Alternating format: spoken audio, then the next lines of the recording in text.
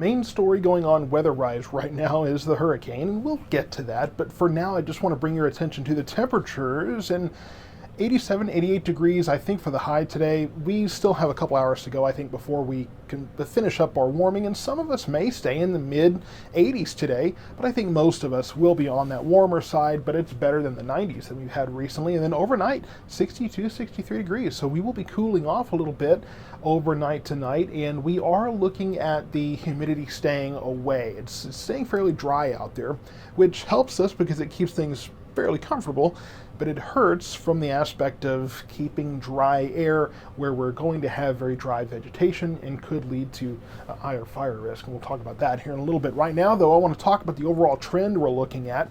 The records today, double digits, no triple digit records today. 98 degrees was the record in 2014.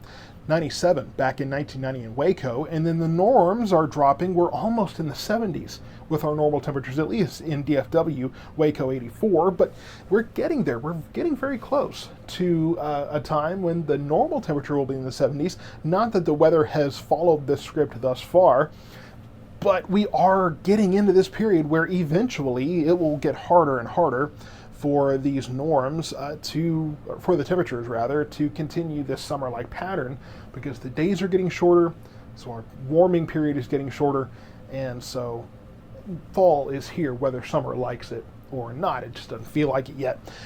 Your allergens today, we're still in the medium-high range here. Juniper and ragweed, pretty much the same as we've had the last several days. And here's the cold front that came through. It's stalled out south of us, but you look farther to the east and you can see that front making its way.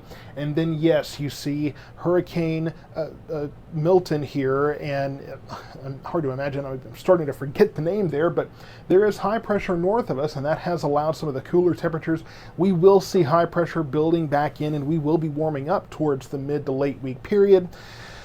But it is what it is. We do have, though, another shot of cold air moving in. We will be watching to our north this weekend to see when that next cold front will be moving in. It'll be early next week sometime, and really it looks like Monday, Tuesday range.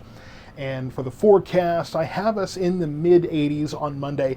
That could rise if the front looks like it's going to come in later. So stay tuned for that, but we will be warming up before then. So let's talk about Hurricane Milton here. You can see, and there's a little spot there with a frame missing, but you can see this storm. Just incredible movement on that storm, and increase in intensity very, very quickly. It's currently a Category 4, but don't let that fool you.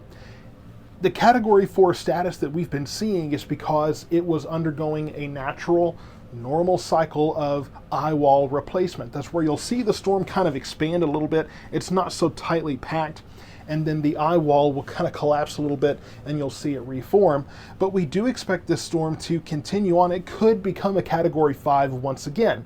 Something that we're watching with this storm, number one, is I want to get it moving again, because it looks like it's moving due east and moving east of this cone. So I'm curious to see how this changes as we get into the rest of the afternoon and the evening, see if that trajectory changes at all. It could continue to move southward here, but it's moving. And then what we're also watching for is to see if, when we get into tomorrow, as it gets closer to land, if we're going to have shearing winds that might weaken this storm.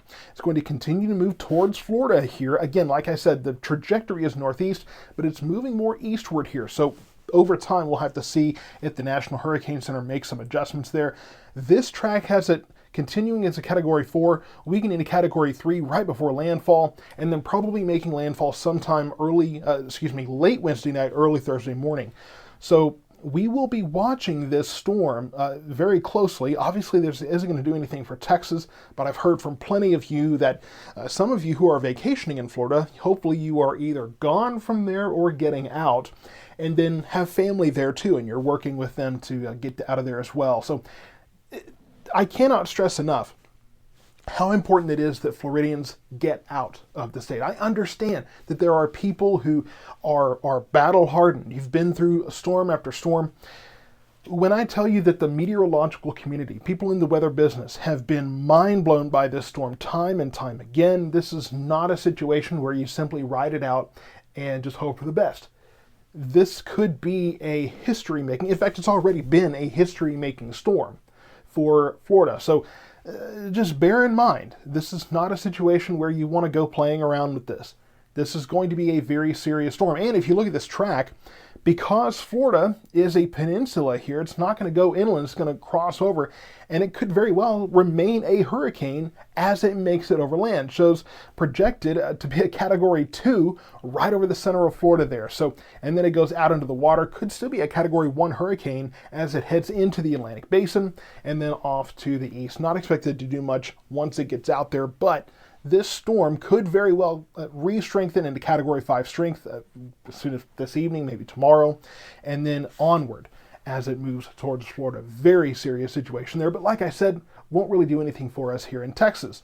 So for today, 87, 88 degrees. Some of us may stay cooler than that. Tonight, 62. Tomorrow, upper 80s again. Low 60s again overnight tomorrow night. And then Thursday, Friday, Saturday, this weekend, we are back in the low 90s. Fortunately, I don't see mid-90s here. I think the warmest we'll get is maybe 92, 93 on Sunday. And then here Monday, we are watching for that cold front to see what that's going to do. Again, it does look like Monday, Tuesday range that front comes in. It will reinforce the dry air. But here's the problem with that again. We are looking at the possibility of increasing fire danger. We had this rain earlier this month and last month. Going forward from there, though, we are looking at a situation where we will have more dry vegetation. Everything's kind of grown from that rain. It'll be drying out. We add some wind to that, add very dry air, and that's a recipe for increased fire danger. This front won't bring us any rain. We desperately need that rain, and I know a lot of counties have removed those burn bans. Those will need to go back into effect very soon. I think for right now we're okay. There's still a lot of green out there, but you still need to be very, very careful, especially if you do see some of those drier spots. The burn ban remains for Navarro County. McLennan County Waco just put theirs back yesterday. I expect to see more of that in the coming future. So stay tuned to South Metro Weather. We will bring updates on Hurricane Milton. I will bring updates on the warming temperatures this week. The other thing I need to mention before I go is that the lower winds here, Wednesday, Thursday, we could be looking at some lower air quality. So be prepared for that as well. But I'll be watching for that next cold front too. And yes, watching to see when the burn bans come back, and hopefully when we have rain coming to north central Texas. Stay tuned to South Metro Weather for more updates to come.